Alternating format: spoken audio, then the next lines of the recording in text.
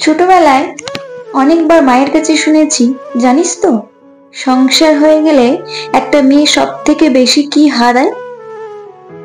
কেউ তাকে ভাত বেড়ে দেবে সেই যত্ন, কেউ তার কথা শুনবে সেই যত্ন, প্রচন্ড ক্লান্তিতে কেউ তাকে একটু ছুটি দেবে সেই যত্ন।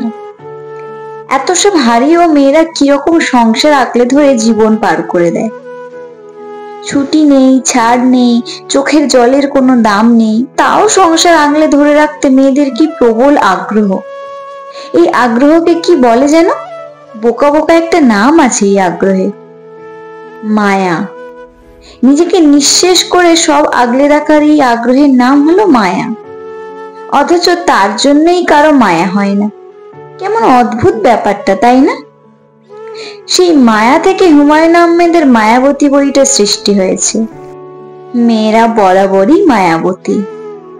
আজ সংসারে এসে বুঝতে পারলাম, সত্যি তিল তিল করে গড়ে তোলা সংসারটাকে নিজের হাতে একটু এদিক ওদিক হয়ে গেলে বড্ড খারাপ লাগে। কেমন যেন মাথাটা গরম হয়ে যায়।